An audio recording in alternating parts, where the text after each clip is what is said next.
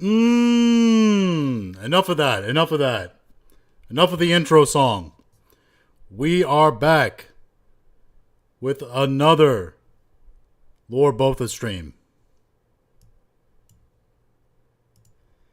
Hopefully I sound good. I've adjusted my mic. I'm still trying to get my mic to not sound like shit. It is an ever living battle.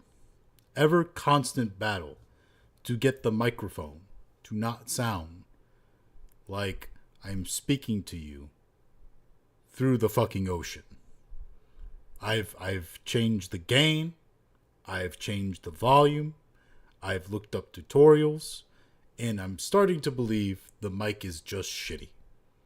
Everything I see, everything I'm told is that your mic's not shitty. It's just you don't have it set up right. Or the mic is just shitty. I'm kind of leaning towards that at this point. So, dealing with that. Hope you guys are having a good day, having a good night. Of course, this stream is typically on Mondays, or that's how I like to have it.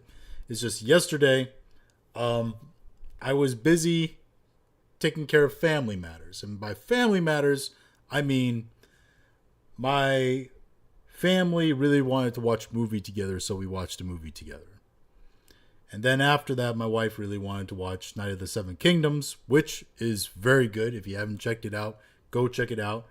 It's Game of Thrones, but it's actually Game of Thrones that's not overtly and overbearingly just depressing constantly and just shades of gray. Everything is gray. The world is morally gray. The fucking environments are gray. The colors on everything, even though it's supposed to be medieval style and medieval period people, they liked color. There was a lot of color everywhere. But it's gray, it's muted, faded colors and all that. It's not. But Night of the Seven Kingdoms is good because it actually has levity. It actually has an uplifting kind of story if you know the books at all. But yeah, I've been enjoying that. So we did that last night. I figured I'd take a little break and do that. But we are back. I just dropped a video, by the way, about something we're gonna also discuss in the stream, which is the new bosses of Disney. Because Disney has a new CEO and also new Chief Creative Officer, CCO. I think that's the acronym for the title. But anyway, so we'll get into that. Spoiler, the new bosses are the same as the old boss. Mostly because they're internal hires, so, we'll also be talking about, let's see what I got here on the docket. We'll also be talking about Minecraft, because Minecraft done lost their mind, deciding they'd step into the racial discussion with Black History Month. Always a bad idea for a company to do that. We got fucking Outer Worlds 2, Obsidian, basically admitting the fact that their games are failures and that they're floundering and that the Obsidian they were is not anymore. Anyway, and we also got AMD basically saying that, hey, you know how everybody is jumping ship to make graphics cards for AI data centers? Guess what? We're doing it too. So we'll talk about that. We're also going to talk about the fact that I don't know if it lost money, but Superman, James Gunn's Superman by James Gunn, definitely did not perform well at the box office. Why? Because Ted Sarandos, CEO of Netflix, who just is on the brink, shall we say, of acquiring Warner Brothers and has looked at the receipts and all that and had the discussions with Warner Brothers, he basically has came out and said that very thing. that Superman didn't do well in the box office. So we're going to talk about that. He made a little statement to Congress, and yeah, didn't do well for him. So let's talk about first kind of the big story here. Bring this up. Okay. Move me back down here. Had it up there for my Fable stream. Been streaming Fable, by the way. Shit. All right. There we go. Okay. I like to go full screen. I know you don't have to. I could show the tabs there, but I like to do it. But yeah, I've been streaming Fable for the gaming streams. I think that's what I'm going to do. I'm going to be real honest with you. Fable 1 is very dated. Like, not horrifically, but it's pretty bad. Like, bad enough that I might just do the main quest line and move on. Because I never finished it originally, and it's to the point where the camera is it's giving me a headache. And I'm starting to realize why, as a kid playing those games, I got headaches so frequently. So, yeah. But we're going to play through that, and then we're going to play through the rest of the series in lead up to the launch of Fable, because that's the next big game that I'm highly anticipating. I was never a Resident Evil guy. If you're a Resident Evil person, good for you. Hope the game is great. Looks really good for what it's supposed to be from what I've seen. I saw the new trailer that actually looked really good. But yeah. Enough of that distraction. On to this. Anyway, so from discussing film here, Josh D'Amaro will become the new CEO of Disney next month because Bob Iger is stepping down, with Dana Walden becoming the president and chief creative officer for the company. Now, your first question probably is, why the fuck does his eyes look like that? And that would be a good question to ask. They don't typically look like that. I've seen him in other pictures, but yeah, maybe you should have taken a second one. But that does not look good. Anyway, second question you might have is, who the fuck are these people? And I'll tell you. So Josh D'Amaro is basically the guy who's been in charge of all of Disney's physical assets. This would mean things like the theme parks, the cruises, those weird, creepy, dystopian, like Disney neighborhoods or whatever, where you have an entire functioning towns, right? Those Disney towns where it's all Disney and Disney themed, but it's like an actual functioning town with, like, you know, medical clinics and police and like fucking schools and shit. It's weird, but it's all Disney themed, so you live there as an adult. Not something I would ever try or look into. But also, like I said, he's in charge of the cruises, which have been a pretty good business so far. They haven't really been terrible or messed up from what I've heard. And you also have the theme parks. Now, the theme parks, that's a big red flag because the theme parks are absolutely in the dumpster right now. Disney theme parks have had a steady decline in terms of attendance. I'd say almost the whole tenure of Bob Iger's CEO tenure, since he came back from, the vid period where Bob Chapek ran the company. And by the way, you want to talk about lame duck people in power. Bob Chapek, the guy was hired literally to just steward the company through COVID, and then basically was told to fuck off. And everybody knew it was coming because Iger had his fucking office still in the company headquarters with a shower and all that. Like, he wasn't going anywhere. He was just biding his time. Bob Chapek, the guy who's most well known for being the dude who fired Gina Carano and got into a massive lawsuit with her and almost got the entire company's emails exposed in fucking Discovery. Anyway, Bob Iger now, after coming back, kicking Chapek out the door. Poor Chapek got fired at an Elton John concert. Iger is stepping down. He's retiring, whatever. I'm not 100% sure. But he's stepping down sooner rather than later. And these guys are going to take over for him. And tomorrow, during Iger's time, he's ran the Parks. And the Parks have had steady decline in attendance that whole time.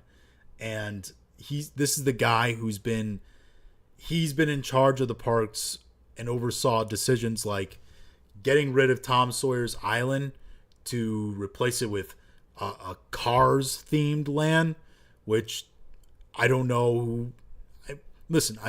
Cars is popular. Apparently, they made a lot of money on them, and like I don't know, they've made like what 3-4 movies, so I get why they want to do it, but replacing something as iconic as and classic as maybe not iconic but classic as Tom Sawyer's Island with a Cars land, especially in the rivers section of the park, that doesn't really make sense. This is the guy who also was responsible for getting rid of Splash Mountain, which Splash Mountain, you think about that name, is synonymous with Disney. Like, Splash Mountain just from the name. It's one of those iconic names associated with Disney Park. And he got rid of it to make way for Tiana's Bayou. Now, from what I've heard, Splash Mountain being made into a bayou doesn't really make sense because there's no mountains in the bayou. And from what the reports say is that it still kind of looks like a mountain. So that's not great. Also, the ride is constantly broken down from all the reports and news coming out of it. It requires a lot of maintenance. And it's just been a major headache ever since it's been changed over. Then you also have to factor in that this is the guy who oversaw the parks during the complete financial fiasco that was the Disney Star Wars Star Cruiser Hotel. The place that was charging like $2,000-$3,000 for like a small cabin half the size of the bedroom I'm doing this stream from right now. And they were charging like $2,000 for that. And they had no classic Star Wars characters, all modern sequel trilogy characters. And they had that through the whole like Star Wars part of the park, to be honest. Galaxy's Edge. They're just now getting the classic characters in. And how does somebody, by the way, all the assets for that aren't being even used. That part of the park isn't even being used anymore. It's just not operational. And they're using it as office space from what I hear. The financial like failure that is astronomical when you think about it. And the amount of money that they were having to charge to justify the cost of having it. So I don't think that this is really that great of an idea to put a guy who's been responsible for ruining the moneymaker, which, by the way, the parks are the moneymaker for Disney. The whole premise, the whole idea of Disney is that this entertainment, these movies, these shows, the cartoons that Disney makes entices families to fall in love with the product. And when they fall in love with the product, they want to come to the theme park to interact in, live action with those characters, to see the Magic Castle, to see all these wonderful, amazing things up close and in person. When you mess with that And when you dilute that and it's not a good experience, that news and word of mouth spreads fast. And at the cost that they're asking for to experience Disney as it is right now in this economy, yeah, that's not good. And if the parks don't function, if they don't make the money, they are the engine of this operation. Without them, they can't make the movies. They can't justify the costs of the failed movies. Everything comes to a screeching stop. The parks have to function smooth, and they have to be efficient, and they have to make money hand over fist just to justify all the other products. And this is the guy who has systematically made those parks, the engine of the entire Disney operation, worse over the course of his time being there. So that's that guy. He's the guy that's going to be the next CEO, Chief Executive Officer of Disney. Now, Dana Walden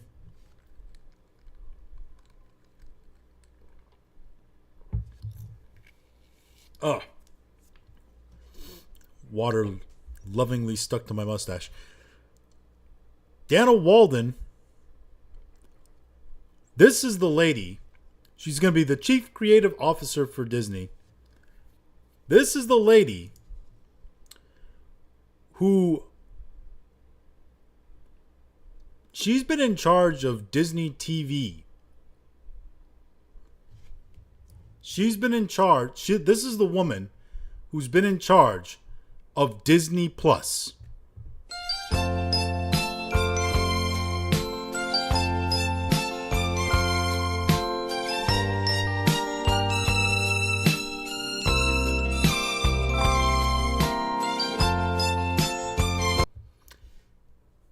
How is that working out? How's that going? Because last I heard, Disney Plus has been profitable, never. And has continuously lost subscribers, lost users. So on one hand, we got a guy who has systematically, time over time, ruined the engine of the company's main operation, and a lady who is running the most unprofitable money pit of the company, now leading the company.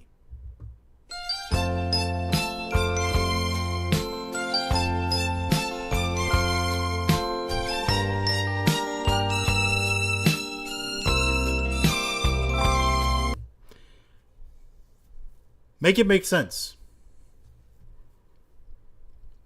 The real reason these people were chosen, though, is because Don Morrow has been with Disney for a long time. Inside guy.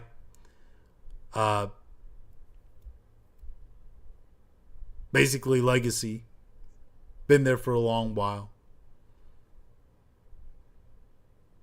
And Dana, however the fuck you say her name, she was actually being groomed to be CEO for Iger. Iger was going to pick her. Basically, he picked her as his heir apparent.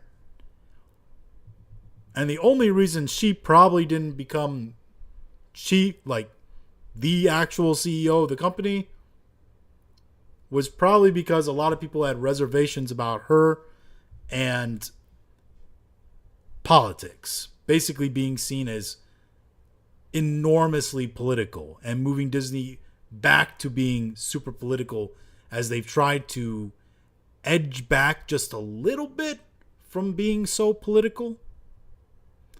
Because Dana Walden is not only a Democratic donor, this woman served on a board for the Biden administration,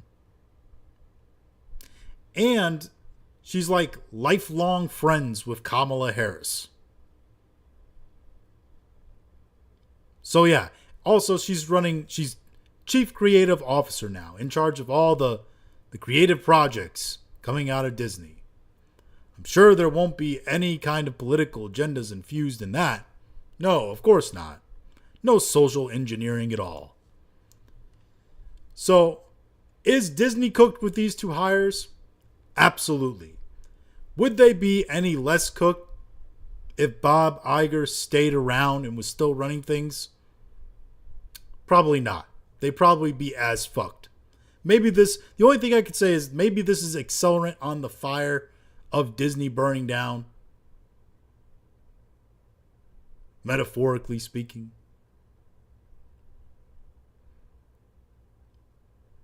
Or it's just, new boss, same as the old boss. And that's what we're going to get.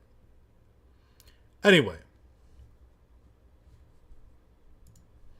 Let's go to the next one. Let's do...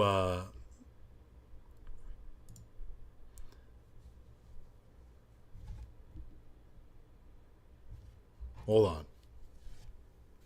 Getting a text from the wife.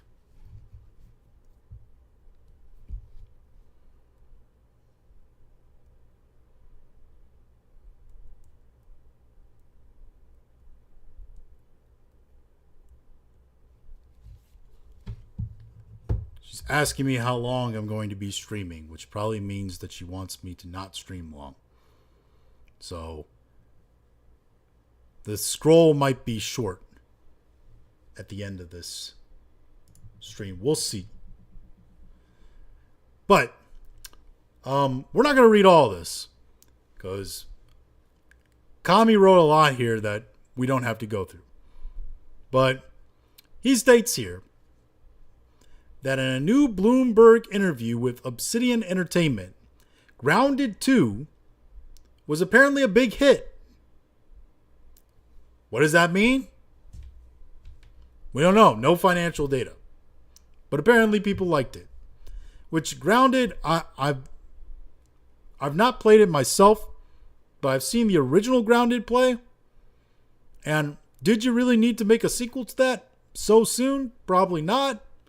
Is it good? Do people like that series? Apparently, I get why it's popular. It's Honey, I Shrunk the Kids, essentially, but as like a survival RPG that has a multiplayer element to it, PvE multiplayer.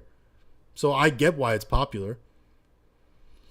But he also states, Avowed and The Outer Worlds 2 failed to meet sales expectations. Both were in development for 6+ years. It's not good to release 3 games in the same year. It's the result of things going wrong. Spacing those releases helps the company manage its resources and not burn everyone out. It also means that you're competing with yourself. Because if you put multiple games out in the same year and you're the same company, you're competing, you're overlapping time potentially that gamers could spend on your games or purchasing one game versus the other. So yeah, not a great idea. Obsidian currently has 280 employees. Yeah, too many. If 30 guys can make Expedition 33, 280 is way too much for an Obsidian game, for an Obsidian RPG, especially a game like Outer Worlds 2. I'm sorry. Outer Worlds 2 and Avowed especially 2. I know graphically they are, some would say beautiful. I would say an assault upon the eyes. But you don't need, they're actually quite hollow when it comes to beyond just the flashy looks, flashy shell. And you don't need that many people to do beyond just the flashy shell. Especially this is the result that you're going to get out of it. But it says here that Microsoft has enacted a 30% target for many Xbox studios, which has led to them putting games on PlayStation. First off, okay, for like 30% profit target, that's difficult. Very, very difficult, to say the least. And putting your games on PlayStation, I mean, I think that's good. I don't subscribe to the whole, exclusives. You need to be exclusive. No.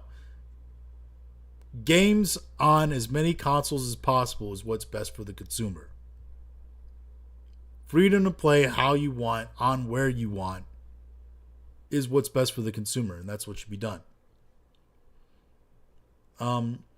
Obsidian's plan for the next few years is to continue working on new projects, both big and small, in addition to new content for Grounded 2 and The Outer Worlds 2. I'm going to be real honest. They might produce more games. They're not going to be of the size and scope as what they've been making. Obsidian they do not have it in them to make the games that they used to in terms of the, hardcore narrative-driven, character-driven RPGs, action RPGs. They can't do them anymore. All the people that were involved in making those games, KOTOR 2, they're gone. And Obsidian they'll probably make smaller games, probably games that are not in that genre. But in terms of bigger games, I think the only bigger game they might touch is if they did like a Grounded 3 or some spin-off or something afterwards. I don't think that they're getting more of that RPG content.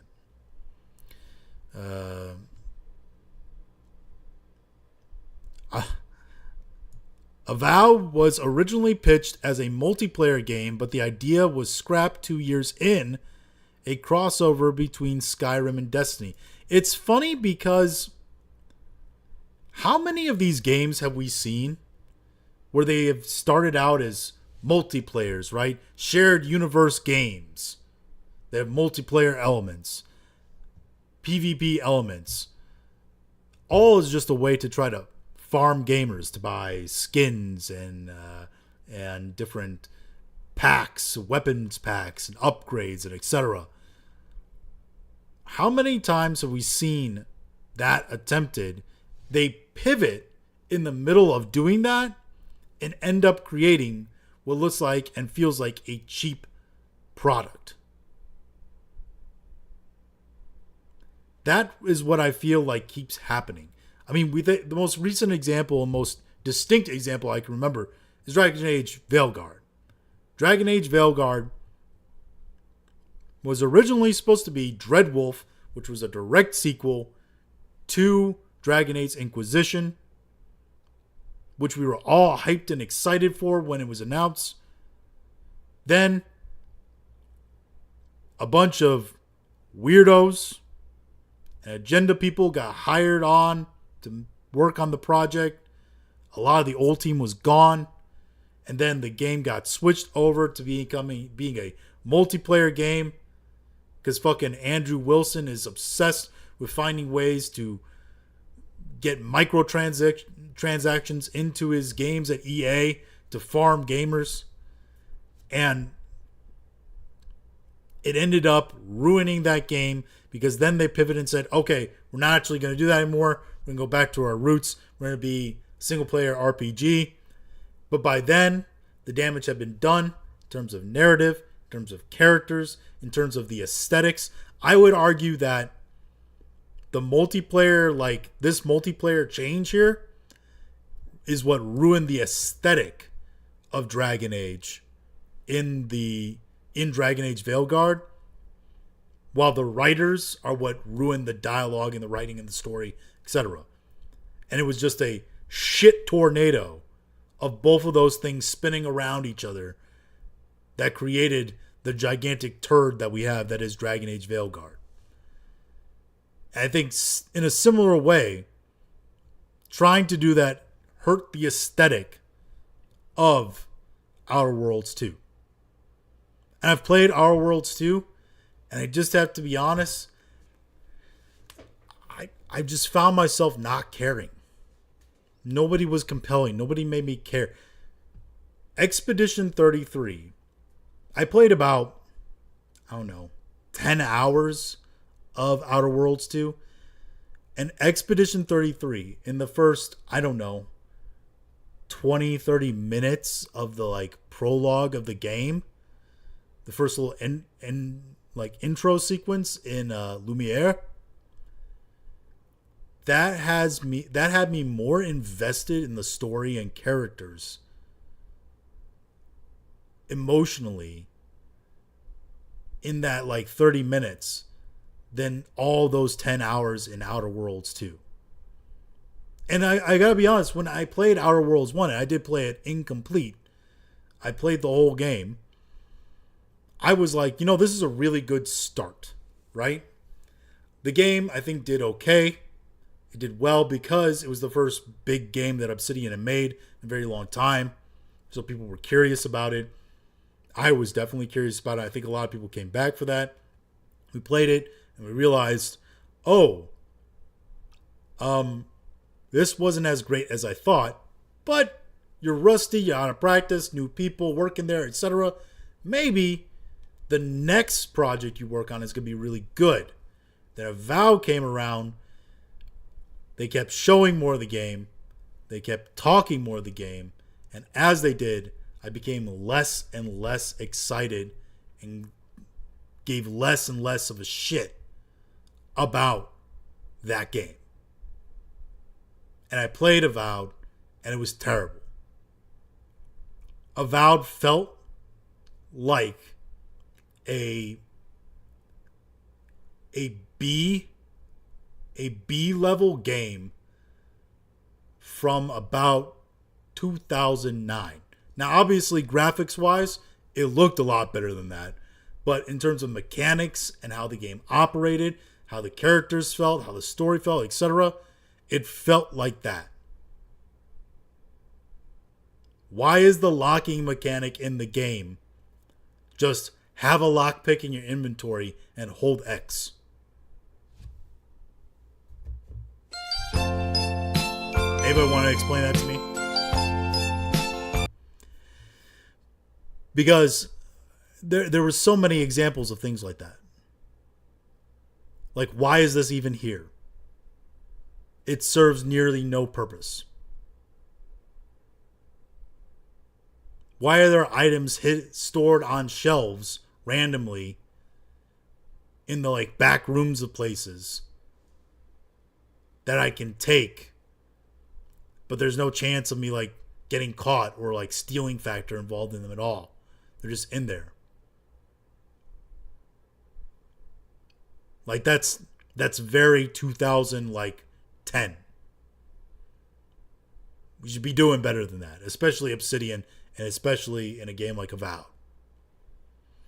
But Outer Worlds 2, we still held out hope. I was still holding out hopium that it was going to be great. And it's good. It's better actually than the first game, but it's not enough to pull people in. And a part of the problem is the dialogue is wordy. One of the big things about character and narrative driven RPGs is that the dialogue between characters or character to protagonists and back and forth can't be too wordy. It has to be meaningful and has to convey a message across without bogging the player down in so much information. Even if the voice acting is good. And this is a problem that many legacy studio developers have. Bethesda has this. One of the reasons why Starfield felt so boring and the characters felt so boring. Another reason is because of the engine and the limitations of how the characters can look and express themselves. Bethesda's engine just it can't do the job anymore. Gamers just expect more.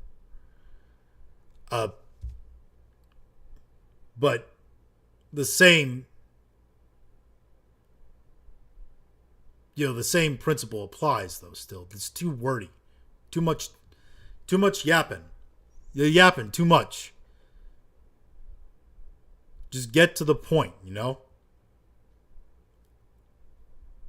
I know people are like, "Oh, it's an RPG. It's a narrative RPG. Like, part of the story and lore, learning the story and lore is all about it." Yeah, that's true. But other games are able to do that well. Baldur's Gate does that. Baldur's Gate doesn't waste your time in the dialogue. They get to the point. Even when it's not direct, curt NPCs you're talking to, they get to the point. That's part of the charm and what's good about Baldur's Gate 3. But too wordy. Too much talking. And I was seeing that with both the first Outer Worlds 2 game and the second one. And it's really what slows down and bogs down the game. Now, the combat in Outer Worlds 2, I feel is a lot punchier and better than Avowed. And actually, I thought the combat was all right. It's pretty challenging, actually. But a lot of these guys, it's almost like they get the technical part down really well, but it's the heart, it's the soul of the game that seems to be missing, that they don't know how to quite get right. And all that combined is why they didn't meet their sales projections. And we had gaslighting too, right? We had all the articles come out after saying how well it was doing, how it was received. Same thing with Avowed, right? Boy, they glazed fucking Avowed. They really wanted that game to be good, but it just wasn't.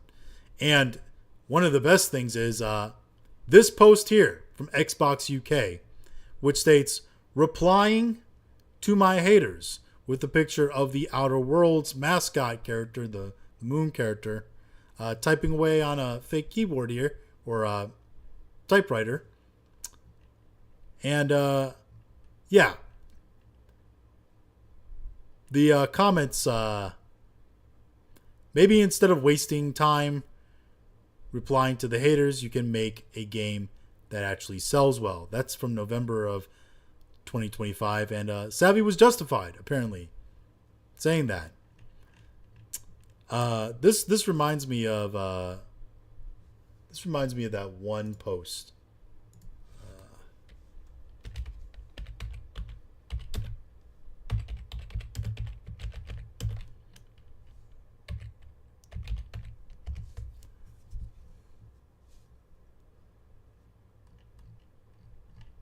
Trying to find it here.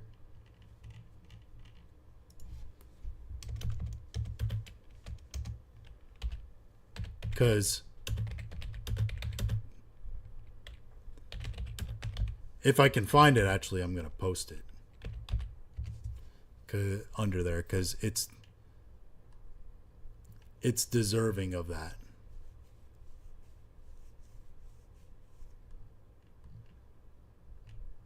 Because there's a post that, oh gosh, where the fuck is it?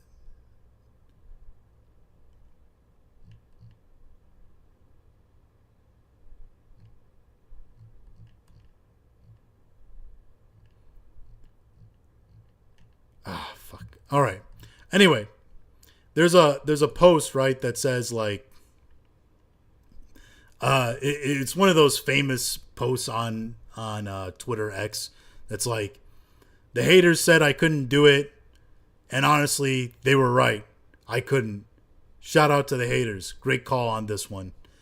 And that perfectly describes what this picture encompasses here. Oh, sad times. Fuck it. Let's talk about Minecraft now, since that's over here. So Minecraft, right? Minecraft decided that they were going to go woke. Yes, woke Minecraft, everybody. By the way, the creator of Minecraft, I forgot his name. Starts with a T. Is the developer, but he is not woke. He is very much of the classic gamer mindset. Not very into politics, from what it seems.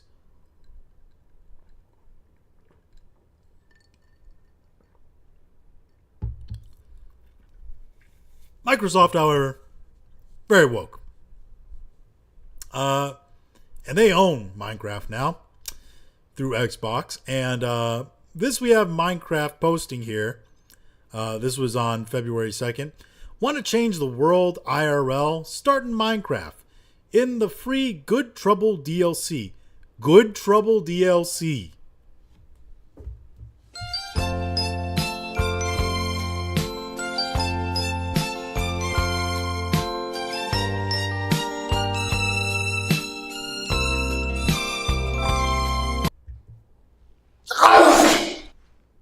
I'm sorry, I'm allergic to bullshit.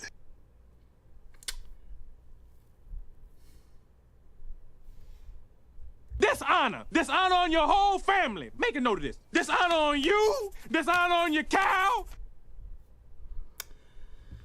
In the Good Trouble DLC, explore global civil rights movements, meet change makers, and learn how to stand up, speak out, and build a better tomorrow.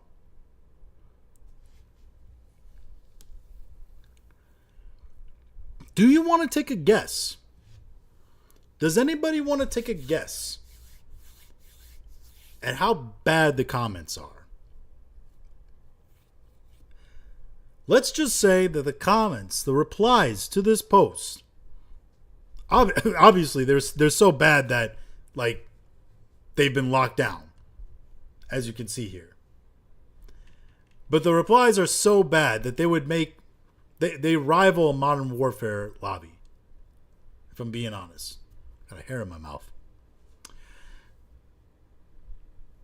We'll be very careful taking a look here. You have Egarin DeConsi. I've been under the assumption that Minecraft was a thing people played for escapist reasons, looking to forget the burdens of this world by forging their own one in a crazy fantasy world for a small respite of life. Guess you guys must have market research saying otherwise. I miss the old Minecraft that wasn't promoting identity politics in a kid's game.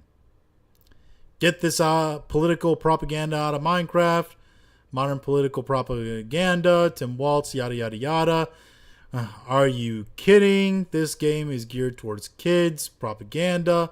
Plus 1000 ESG with the classic, what the fuck is this piece of shit? Hey, just wondering, is this season April's Fool's joke? That's the classic, what, you guys don't have phones? That's so bad.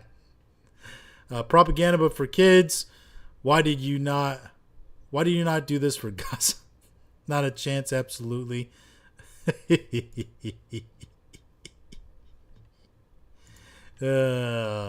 is the worst thing I've seen. That's propaganda. Yada yada yada. No way they actually made the bus up. The real Minecraft. It's the real Minecraft. Yeah. Oh dang! I've been here so long. I thought this was real. But yeah, there's. I have a dream that all blocks are equal, except we know diamonds are the. Yeah, there's a lot more stuff in there that's yeah. There's a video, the quote tweets on this thing.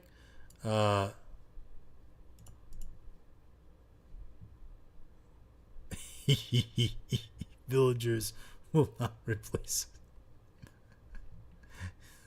This is fucked right here.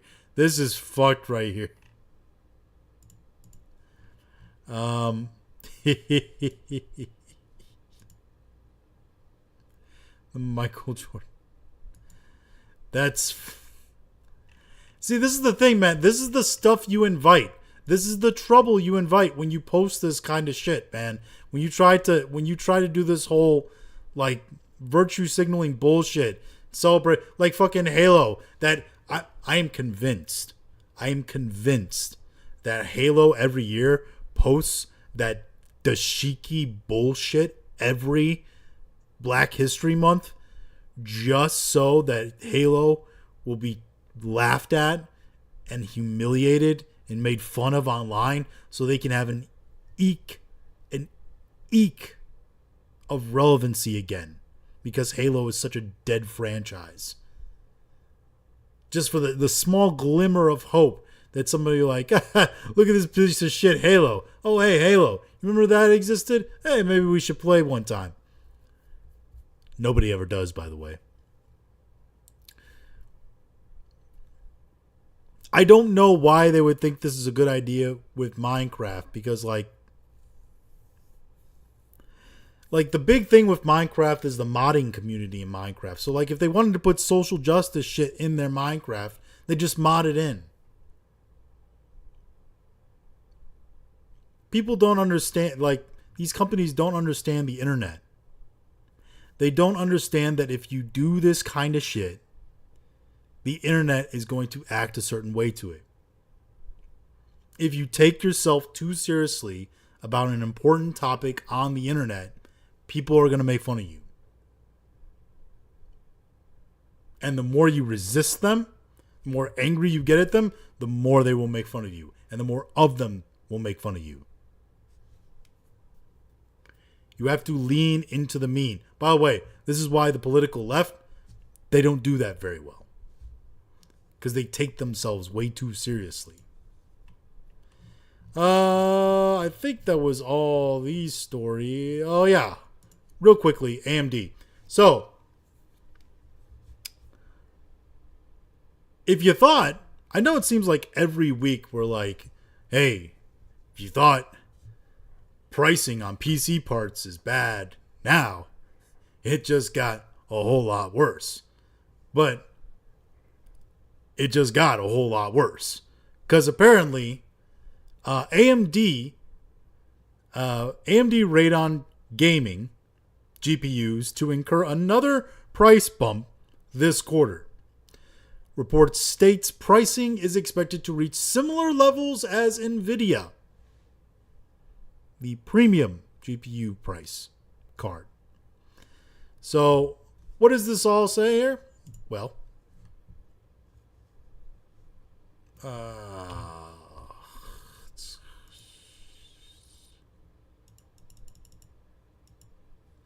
all right. What does this all say here? Okay. So, AMD Radeon Gaming GPUs to incur another price bump, blah, blah, blah, blah, blah. As per a report published by Board Channels, it looks like AMD partners are preparing a second wave of price bumps on Radeon GPUs.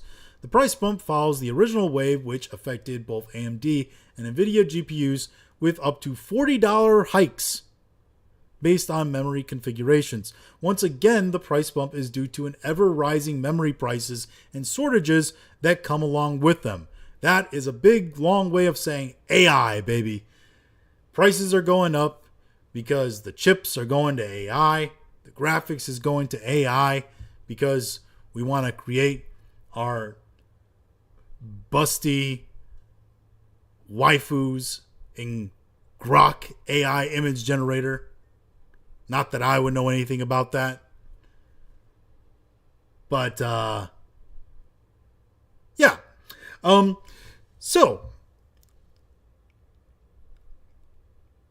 the prices are going up because of that AI.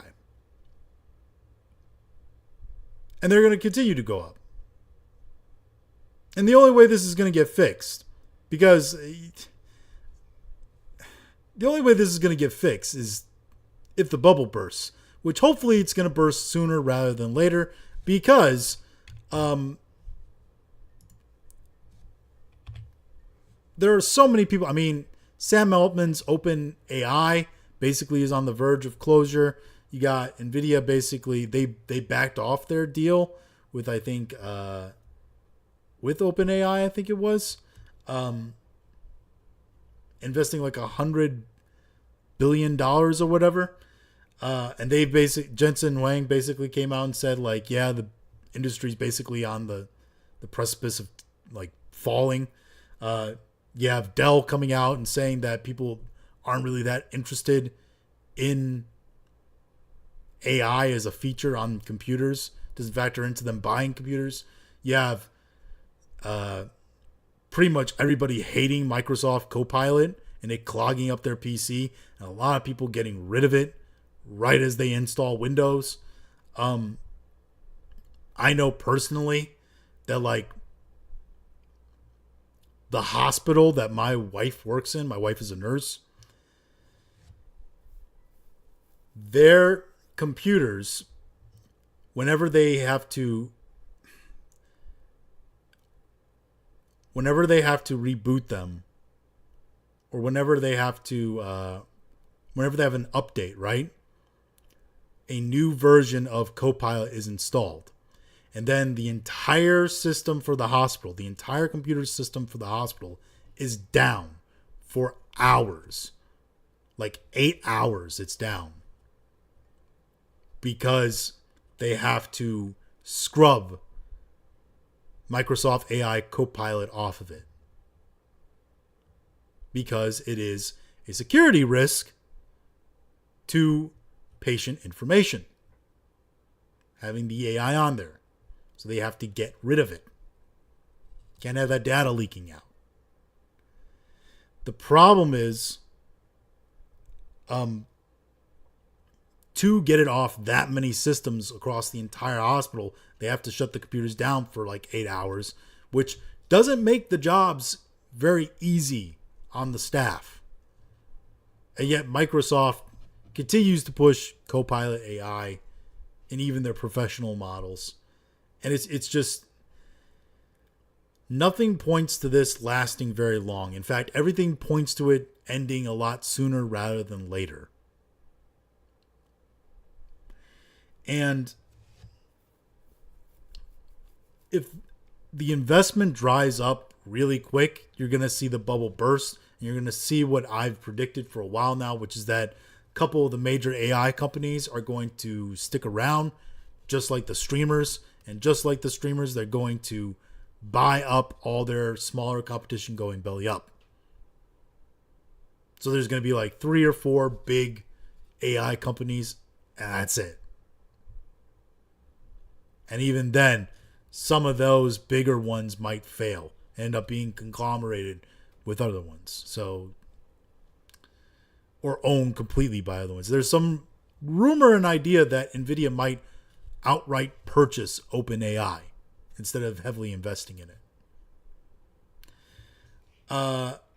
All of this means that not only are computer parts going to go up in price, and so your PCs are going to go up in price, both PC parts and pre-built PCs. Also, like the RNDA that's made by AMD. AMD makes a lot more of that for consoles than any of the other big guys that make GPUs for consoles. So expect prices on consoles to go up yet again. And at this point, definitely expect the next console generation to be delayed until this bubble bursts. Because ain't no way they're going to be putting out $1,200, $1,500 Xboxes and PlayStations. It's just not feasible. At that point, upgrade them a little bit, make them branded gaming PCs. Which, to be honest, is the track in which PlayStation, Xbox, all of them, except maybe Nintendo, are on to do. So yeah. Cooked. Absolutely cooked on that. Alright. This will probably be the last major story. Okay. So let's hear. So, truth about Superman 25. James Gunn's Superman by James Gunn. It got a shorter release window because it didn't perform well. Ted Sarandos of Netflix compared it to Sinners. Superman 25 did not do as expected. Under oath, it says. Under oath. Let's see here. Make sure this is the right one. Google Chrome.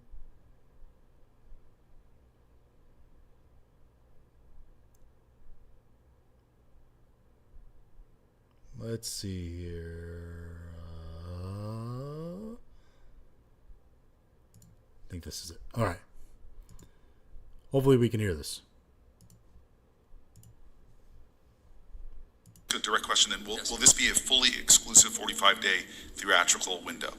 Fully exclusive to theaters, yes. And will this be self-enforced? In other words, if you fall short of that? That is the industry. It is the industry standard for self-enforcement. However, routinely, movies that underperform, the window moves a little bit. And Superman was a little shorter window, and Sinners was a little longer window, but they still could refer to it as a 45-day window. And so I Boy, that escalated quickly. Damn!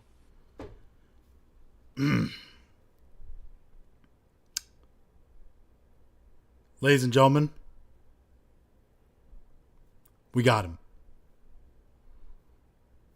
All you guys out there, let's hear that again. Let's hear that again. By the way, this is the rare Cory Booker dub. Don't see that a lot. Routinely, movies that underperform, the window moves a little bit. And Superman was a little shorter window, and Sinners was a little longer. Routinely, movies that underperform, their windows move a little.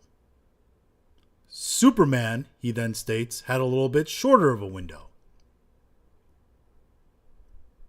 You connecting the dots? Superman's window in theaters was shorter because it wasn't making money. It was failing.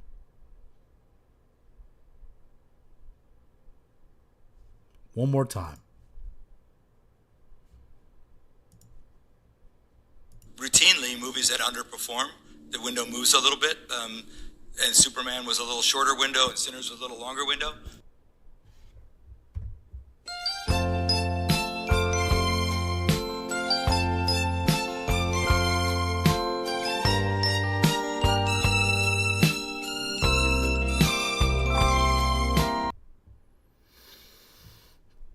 All those defenders out there of Superman, super mid.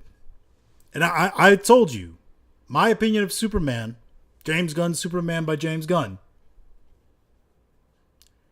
it was a good, not great, Superman 2.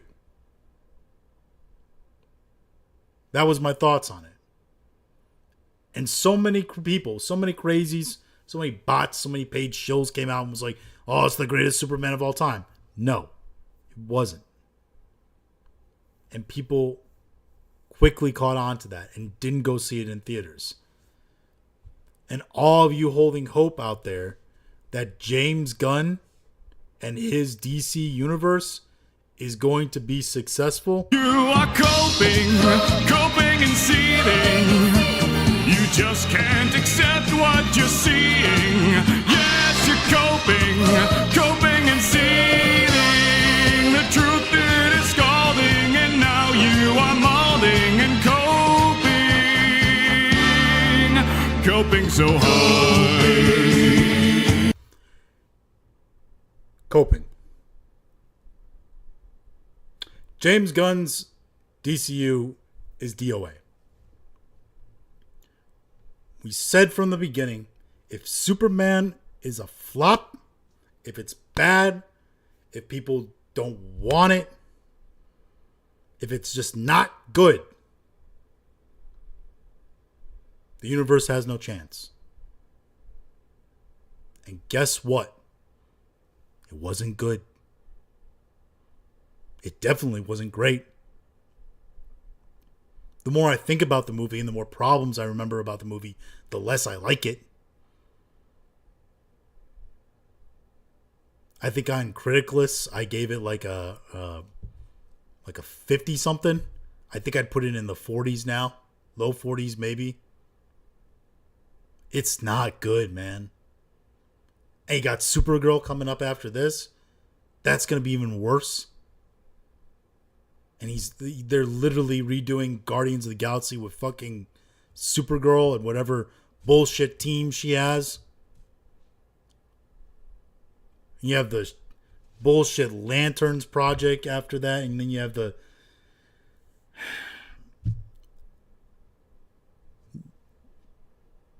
this is crazy, but the Batman 2 might be more successful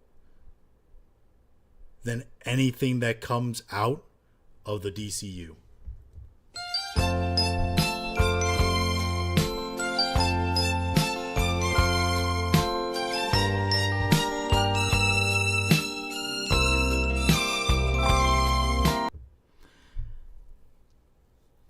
That's incredible to think about.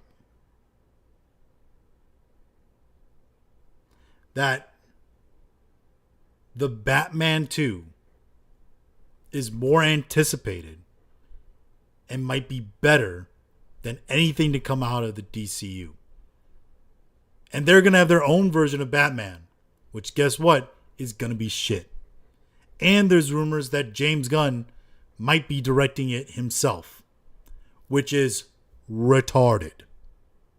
I'm sorry, that's completely retarded. James Gunn can't even do Superman right. You think he's gonna do Batman right? What?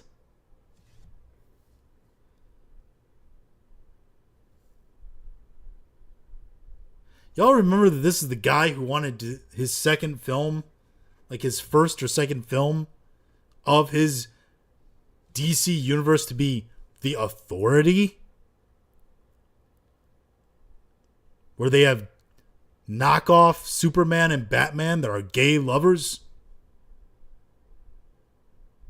That is basically the DCU's version of like The Boys?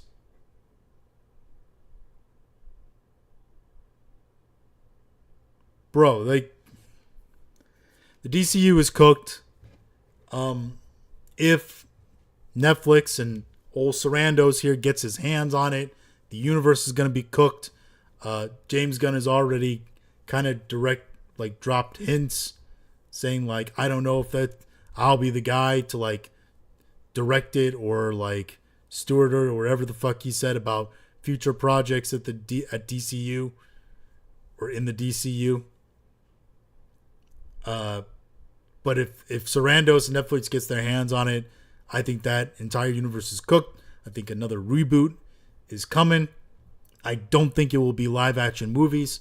I think they'll be smart and they'll go back to doing what DC did best, which is animated film and television. I think that's what they do. Netflix, they might be woke. They might put out shitty things that I don't like. They might have been the people who like put out Cuties. But one thing they do well is be smart about finding successful content, finding good content. They put out a lot of good content. Like I said, some terrible shit. But there's a lot of good content to counterbalance it. A lot of stuff that sticks with you. A lot of stuff that's memorable. A lot of stuff that has cultural impact. Stranger Things was probably the last cultural event. Last thing that had cultural impact, right? The finale of Game of Thrones before that, Stranger Things, and I think that's going to be it. And even then, most people were dissatisfied with Stranger Things, but at least they had a lot of build up to that.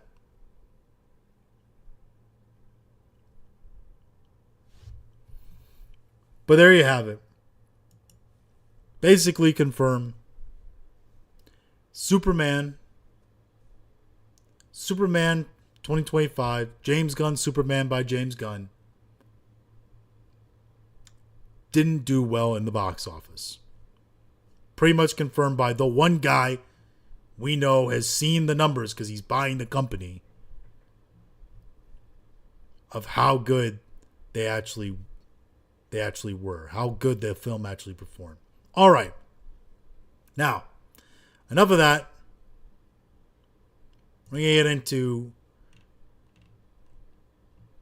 the doom scroll here. Let's see here. All right. Let's just start right here. We had the honor to work on something truly special together. Famous school, blah, blah, blah, blah, blah, and Warhorse. So, Knight's Path is working with Warhorse Studios, which is interesting here because Knight's Path is the based game developer, right? Base game that's an action RPG indie developer, right? That basically said, we're not going to have agendas in our gaming, agendas in our game. And they reject basically, the idea of pushing LGBTQ characters within their game, even though it is a fantasy realm. And they could quite easily do that and get a lot of praise for doing that. But they didn't. And they're working with Warhorse Studios, which got loud cries of woke, you gone woke, because they had a gay romance scene between Hans and oh god, what was the name of the protagonist? Henry. That only happened if you made one choice in the game super early on that you didn't have to make at all. It's like the same thing when people complain about, like I was watching a Critical Drinker video the other day, and he was like, he made a reference to like the bear sex scene in Baldur's Gate 3. And I'm like, really? We're still doing this? We're still complaining about bear sex in Baldur's Gate 3? A romantic sex scene in a game that you have to jump through multiple hoops and go through multiple steps and quests to get to, and even then make specific conversation choices to get that specific scene in a massive RPG game. This is what we're going to complain about?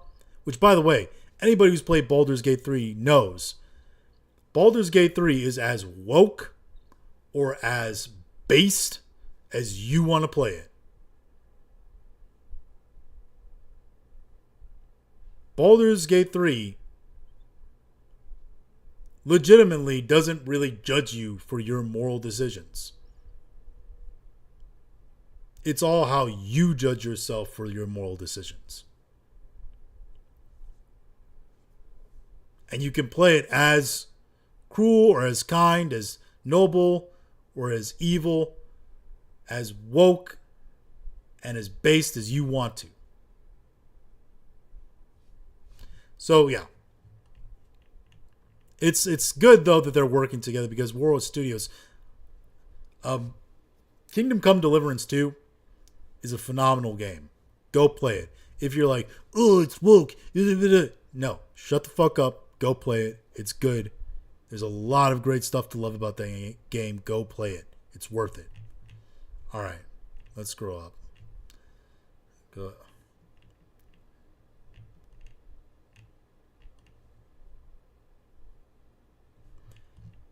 I saw this earlier.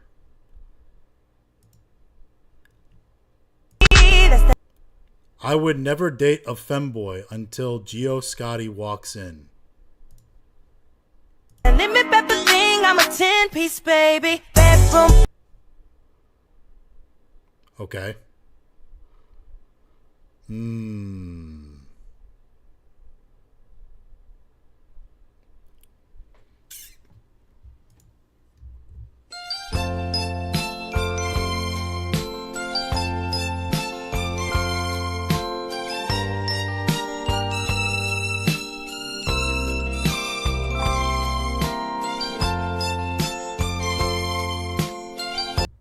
Damn!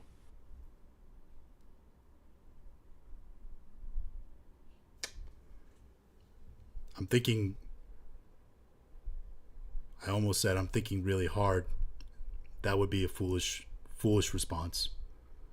I'm thinking very strongly right now. The question. Why are you gay?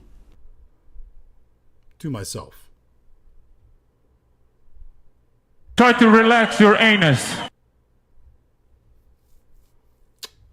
We're just gonna move on. Just gonna move on from this. From all that right there. So yeah.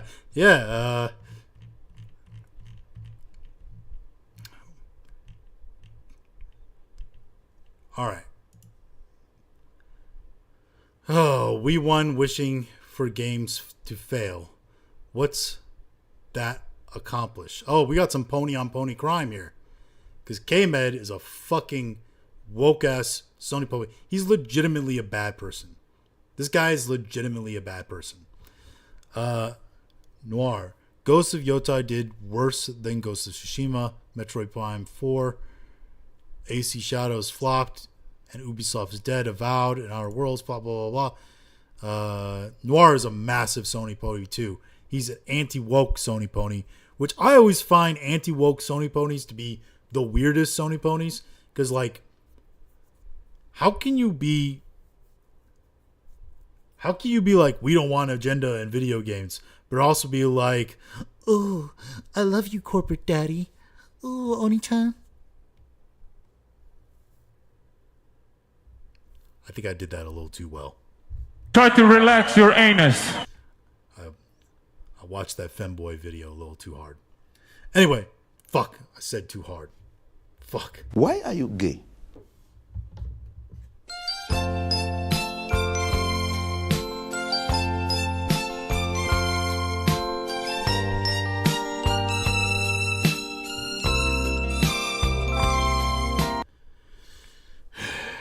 I think I'm cooked. Anyway. But I don't understand why these guys, they love the corpo so much. They love the predatory practices and the exclusives. My team has to win of PlayStation, but are also like, nah, free thinking, man. Agenda free, man. I don't get it. Anyway, 2025 was a victory for gamers and a huge L for journalists. Own Le Chuds and corporate. Okay. We get it. Pony on pony crime there. Which company is worse? Umbrella Corporation, Voltec? I mean,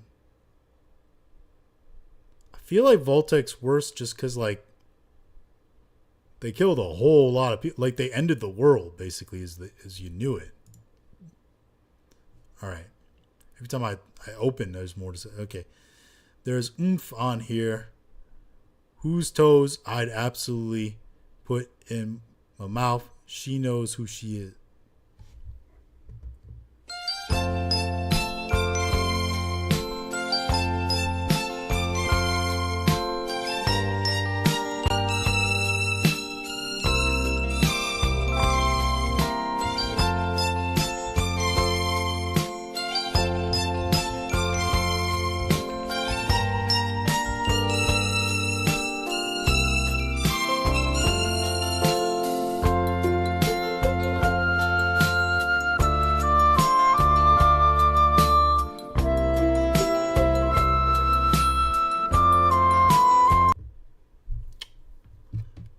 That's wild, Kata.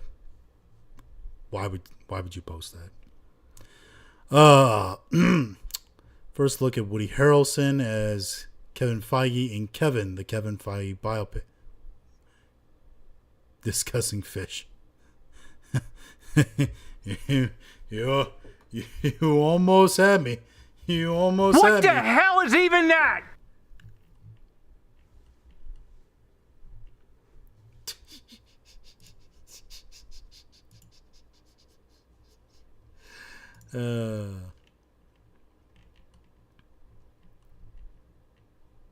What's this? Somehow Palpatine returned. Ass Andy.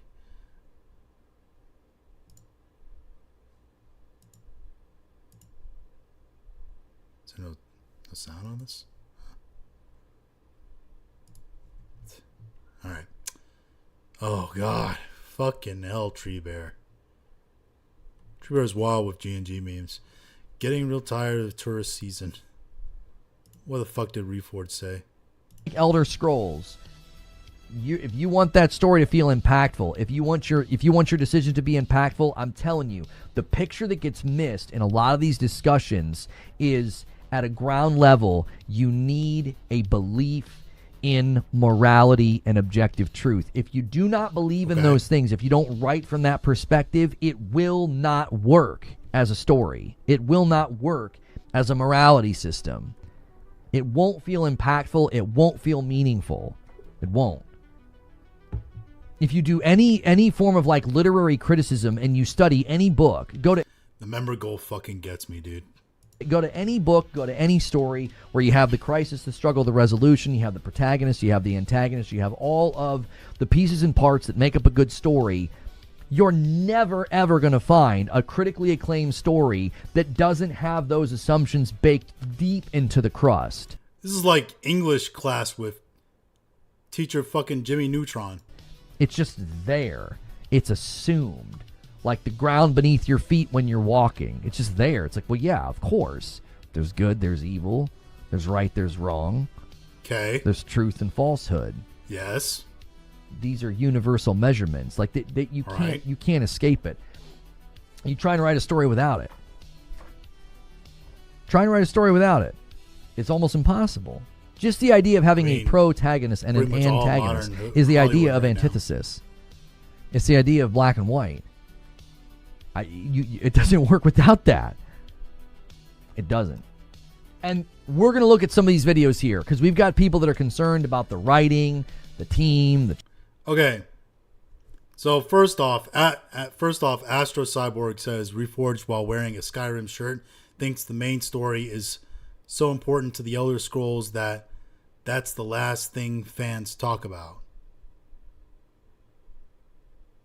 When that's the last thing. Okay. I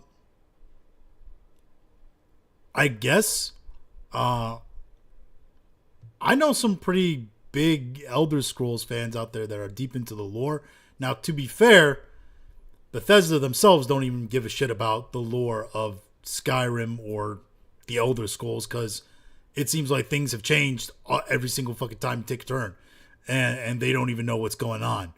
But like, yeah, a story is important at a certain level in all things, but like, yeah, I mean, I think the good thing about Skyrim was its versatility in terms of the mods, and like that kept it going. But the base gameplay is not anything to write home about. Even back in when did Skyrim come out? Like 2011, I think.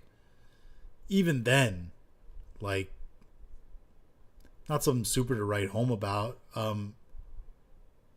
The story and the quest and the expedition and sort of the environment, just going out and experiencing it and, just questing and taking in all that there was to be done. That's kind of what was the original selling point and what made Skyrim so good. And the mods that built off of that actually is what's kept the game going. And I think story is a big part of that. But yeah, I don't know. Also, I know I'm not. This is the second part of what I wanted to say. I know I'm not super entertaining, but like just explaining how like basic like plot of adventure stories work. Like I'm an English teacher. Like I don't know. I feel like I'm not that boring. Like maybe. Imagine telling these kids what would happen between them. They never believe it. I hate these fucking posts, dude. I hate these fucking posts that are just innocuous bullshit. Every retard that agrees with Billie Eilish. Sabrina Carpenter along with other NPCs clapping for Fuck Ice at the Grammys. Yeah, I mean, that's the thing. And here's one thing. I'll full screen for this. I didn't really talk about first concerning this. The ICE stuff going on is all over the place at this point. And it's super, super messy. And I'd rather not get tangled up with it. I can be autistic and go through every single fucking detail of it. But I'd rather not. It's not something I get that deep involved into.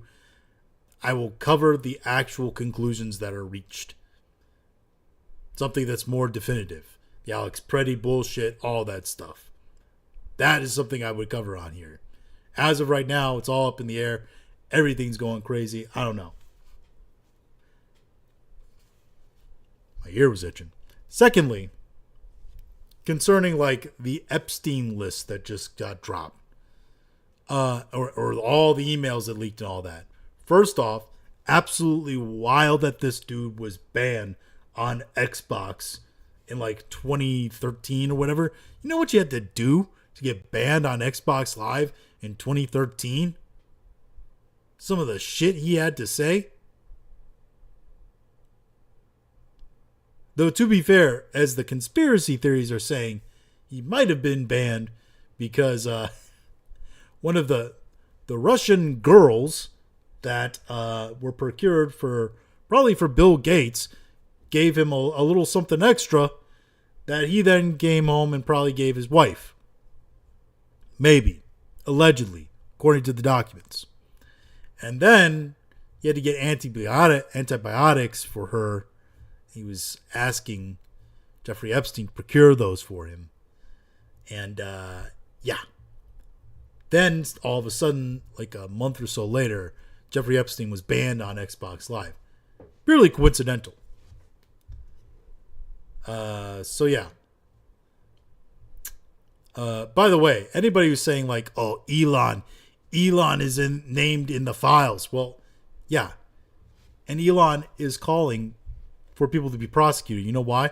Because there's nothing incriminating about Elon in the files. Just because his name's mentioned doesn't mean he did shit, or it said he did shit, or implied he did shit. Same thing with Trump. The only thing in there that implies he did shit is a debunked story already about accusations that have already been proven to be false. Yet people are still running with, oh, Trump was in the files. Well, yeah, he was. But they've already been proven to be false, those accusations. So, like, moving on. But yeah, the Epstein file stuff is absolutely ridiculous. I did not read everything. I'm pausing this GIF because it's fucking giving me a headache. I got the fucking GIF that Philip Jan has here of the monkey playing my face, and it's giving me a headache seeing it going over and over again, even though I forgot it was full screen.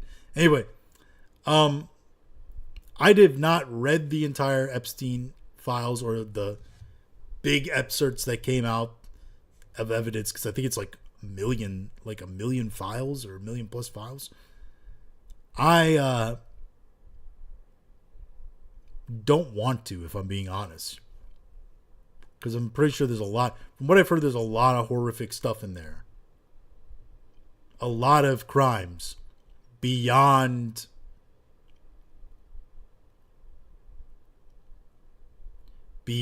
just the stuff we know he's accused of, or was accused of and convicted of.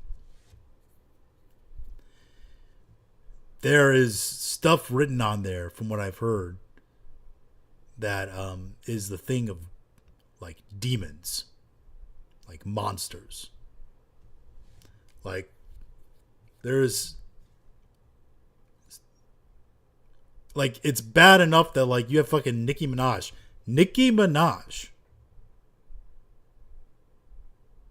This is not a small time celebrity. Nicki Minaj coming out and saying, yeah,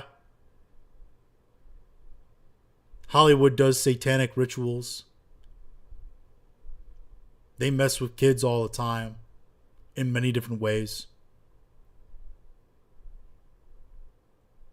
That's kind of terrifying that a celebrity of that size now feels comfortable enough to come out and just openly talk about that. openly implying that not even implying, just saying that Trevor Noah is gay. Everybody knows his boyfriend. Saying that Chrissy Teigen has a fucking dick. Like, it's wild that we're just openly doing that now. Anyway, we'll cover more of the Epstein files and stuff if more definitive stuff comes out about them and like what's going to be done. Because there's not prosecution over this shit. Like, what the fuck are we doing? If there's not prosecution over that stuff. Like, why did we even do the investigation? Why did nobody look into anything? Doesn't make sense. Back to the Doom Scroll. Fratanga. This Nintendo dude really just said the Switch 2 has better ray tracing capability. No. Nintendo God is like 15 years old. Don't listen to anything he says. Movies that underperform has shorter window like Superman. No. I'm telling you. Yeah. That's what we just heard. DC fandom has spoken. Elliot Page is the perfect Robin for James Gunn DCU.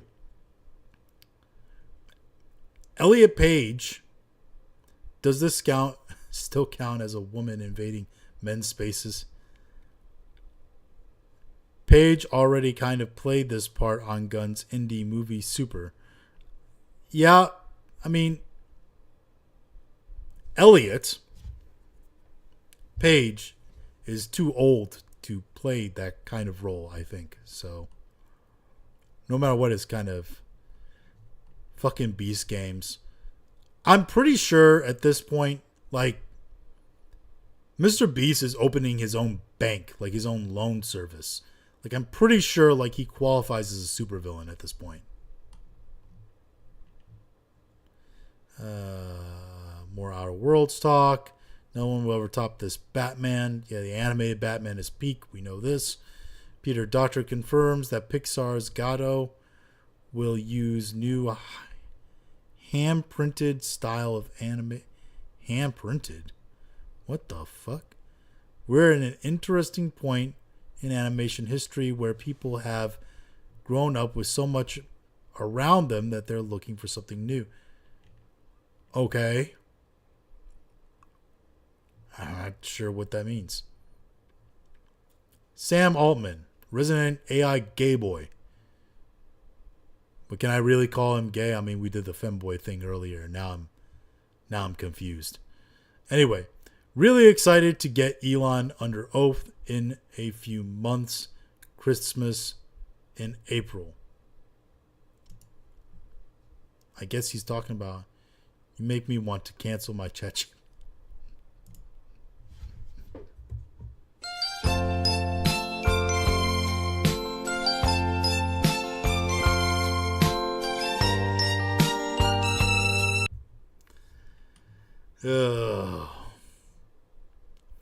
I'm doing this because I under oath. He was quoted saying that OpenAI was committing crimes, and a month later he was dead. That's not just it. On November 18th, New York Times named my son as custodian witness. Custodian witness is very, very important. He had the documents against OpenAI. That was on 18th. 22nd, he just came back from vacation from LA and Catalina Island the same night. They have attacked him and killed him. Damn. Well, that's a conspiracy. Bring attributes back. Bethesda veteran says less RPG complexity in Elder Scrolls series is good, actually. We got rid of attributes in Skyrim, and you know who complained? Almost nobody. But you should have. Attributes are key to RPG experience, though. Bring back attributes. Yeah, I mean, like, where is speed? Bring speed as an attribute. Shaka. All DMs have been answered. Thank you for your attention to this. I guess Jay's DMs were a totally different movie than Barbie, but hot damn as good as Barbie. Sexy, super sad, and I bet I can never say his name. Elrodie? Elrodie? Fucking hell. Anyway, gets Bond.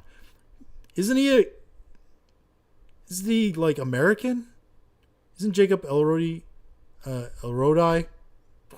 whatever the fuck his name is, isn't he American? Hold on. Fucking every single time.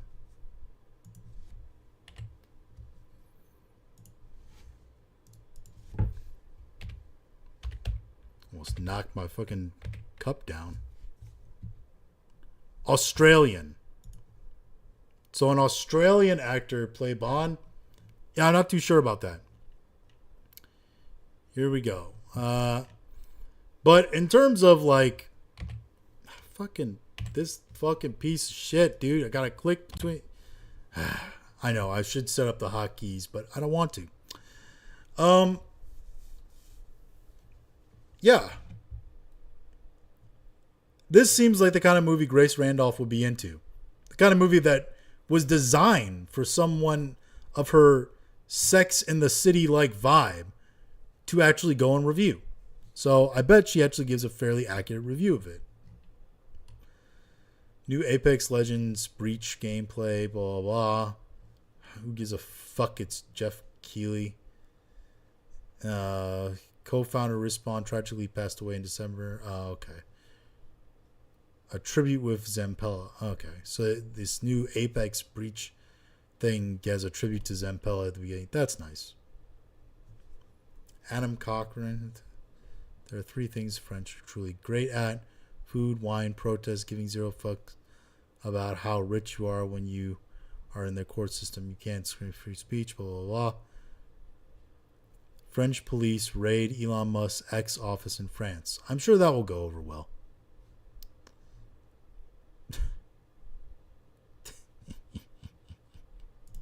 That's a good one.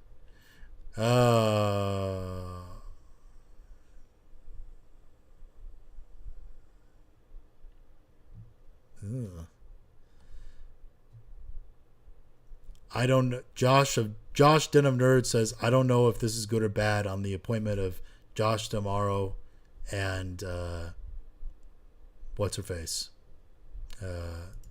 Dana Wallman. He doesn't know. Maybe if you did a quick Google search and you found out what they were in charge of, you know, but he'd probably think it's a good idea because that's the kind of mindset he has. Man's with the world's smallest penis speaks out. Similar to Harvey Weinstein, Epstein did everything he did because he had a weird egg-shaped penis and couldn't get over it. He could have embraced it and formed an alliance with micropenis guy, but no. Happens, I guess. Metroid Prime 4 Beyond fails to hit 1 million sales on Switch 2. What it means for the franchise. It means that the franchise is going to go in the fridge. That's what it means. Bear midriff, bear midriff. Bear midriff.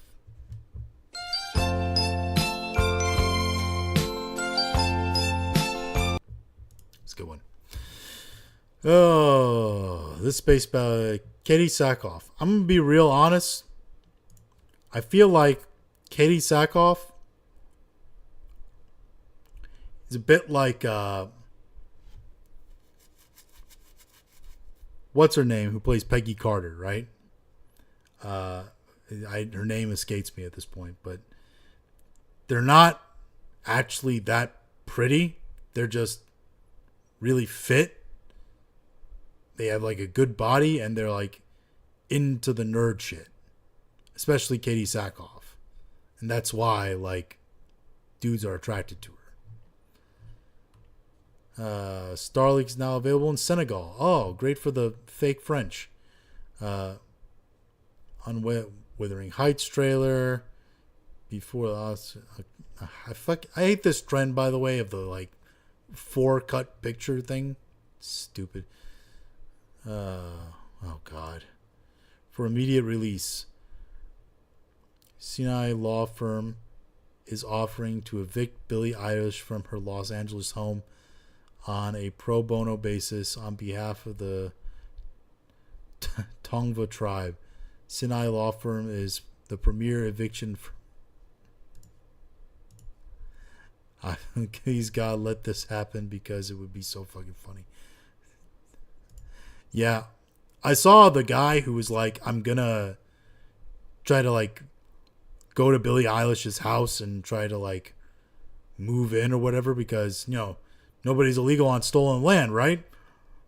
So, you know, I'm not recommending that, nor do I think that's a good idea. But I saw that he has a GoFundMe started to do that, or somebody started a GoFundMe to help him. So, look at these characters and tell me if any of them make you want to play a 50-plus hour RPG. Even something as simple as companions they couldn't get right. Yeah, they're kind of just, I don't know, they don't make you feel anything.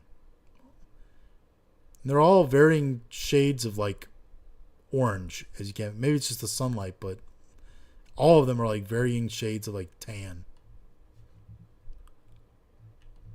Anyway, this trailer, by the way, oh, that's not the trailer I thought it was. I thought that was the trailer for Resident Evil.